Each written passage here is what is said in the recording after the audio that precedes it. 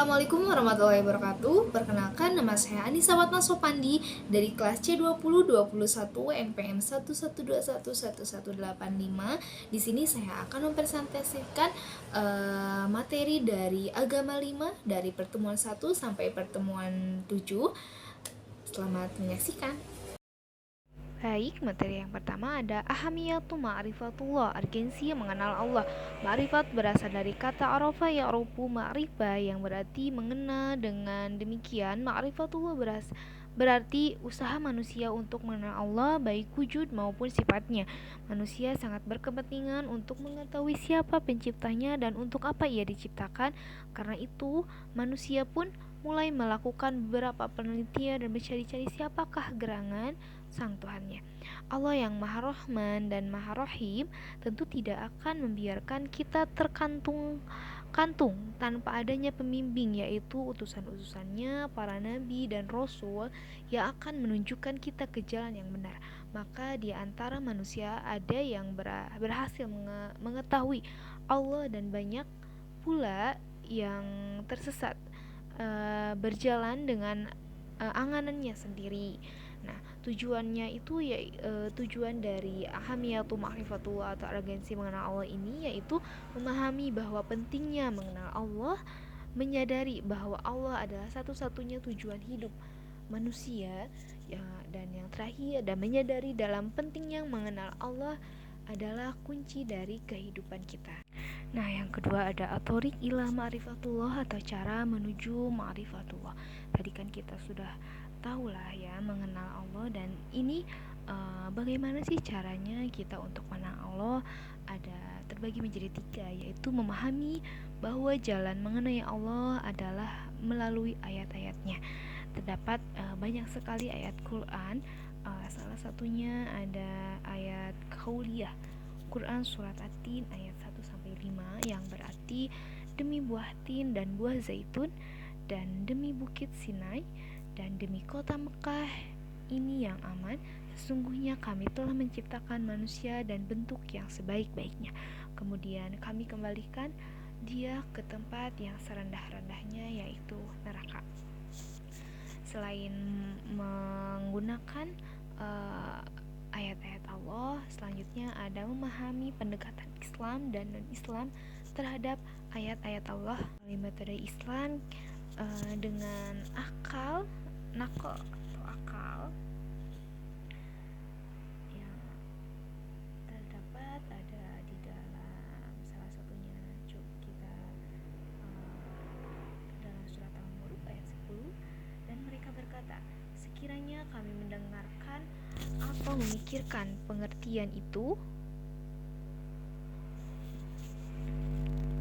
niscaya tidaklah kami termasuk penghuni-huni neraka yang menyala. Nah, selanjutnya melalui metode selain Islam.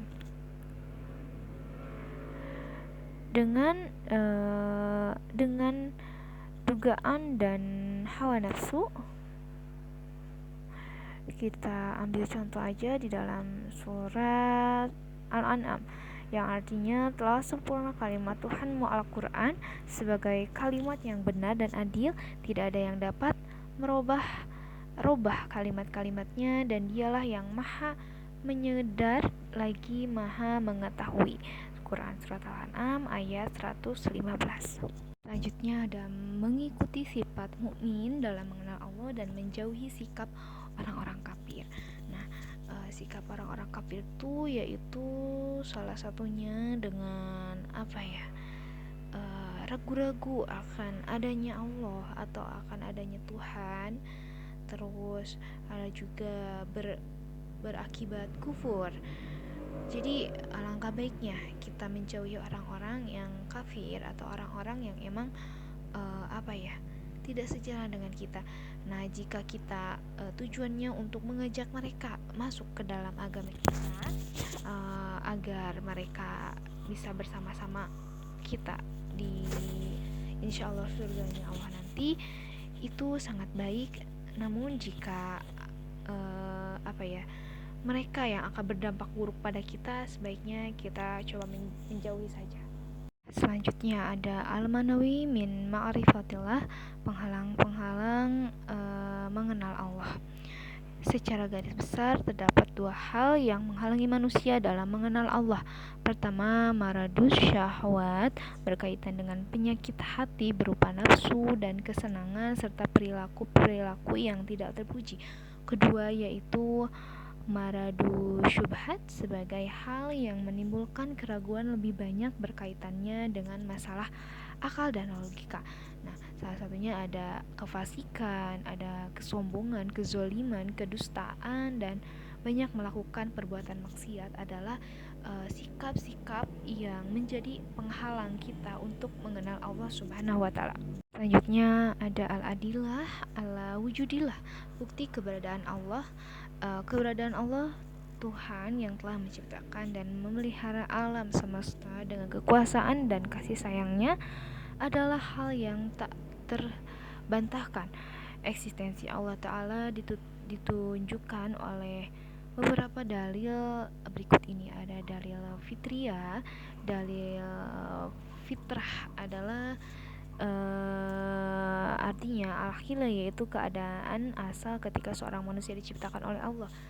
Fitrah adalah sifat ajasi dasar yang masih murni, yang belum terpengaruh oleh faktor-faktor eksternal. Kalau manusia dibiarkan dalam fitrahnya, tentu ia akan mengakui adanya zat maha hebat yang telah memberi rezeki, menghidupkannya dan mematikannya. Demikian itu karena manusia diciptakan di atas fitrah itu. Jadi maksudnya manusia sejak awal penciptaan telah membawa naluri bertuhan. Sejak di alam ruh, manusia telah mengakui eksistensi Allah Ta'ala sebagai Tuhannya. Dalilul hissi, dalil yang dapat diindra, adalah bukti-bukti keberadaan Allah Ta'ala yang dapat dilihat, dirasa, atau disentuh oleh indera manusia. Biasanya berupa kejadian luar biasa yang terjadi di tengah-tengah umat manusia, di antara mukjizat para nabi dan rasul yang telah disaksikan oleh manusia, ataupun fenomena-fenomena yang di luar akal, atau bisa jadi kalau bisa disentuh ya mungkin tanah,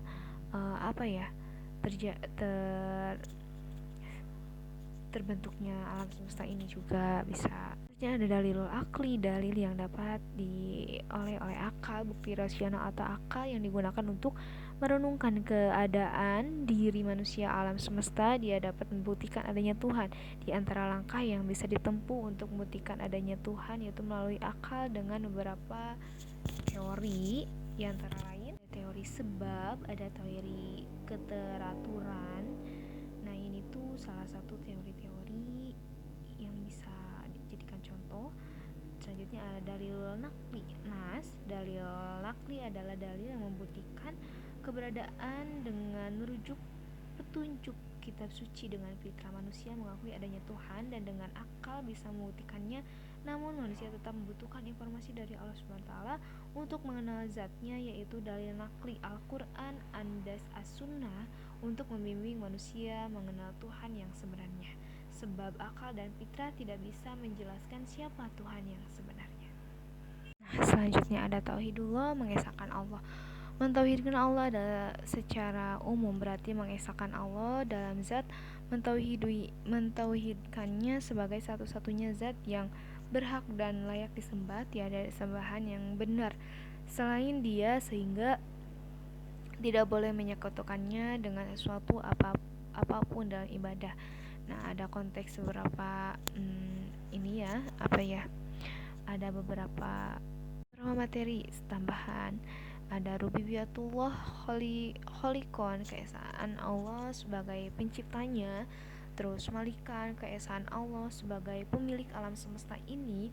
Ada makiatullah, terus ada walian, pelindung dan pemimpin. Terus ada hakiman atau pembuat hukum. Jadi Allah itu emang Allah yang menciptakan alam semesta ini, Allah juga yang menguasai alam semesta ini, Allah yang membuat hukum untuk alam semesta ini, Allah juga sebagai pemerintah atau jadi pemerintah bagi alam semesta ini juga. Itu bisa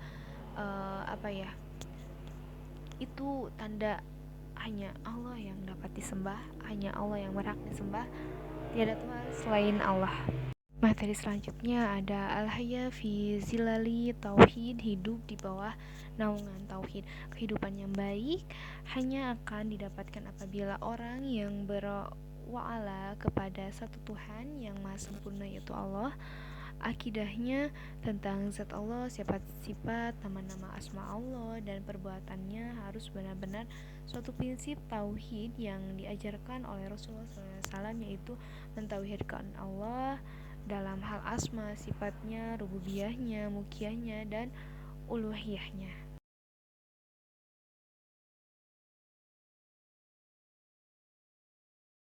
Nah, yang terakhir ada makna la ilaha illallah. Kalimat tauhid telah dikemukakan dalam Al-Quran lebih dari 30 kali sebagaimana dapat disimak dalam surat Al-Baqarah, Al-Imran, An-Nisa, An-An'am, Taubat, dan lainnya.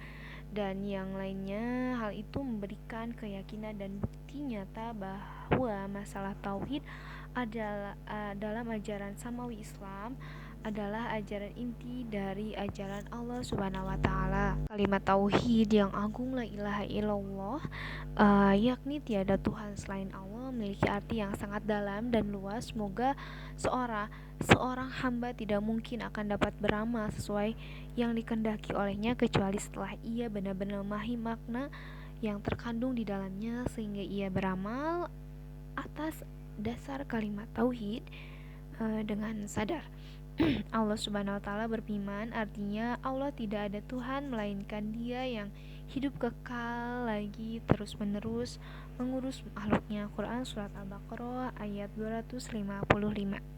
Mungkin cukup sekian dari saya. Wassalamualaikum warahmatullahi wabarakatuh.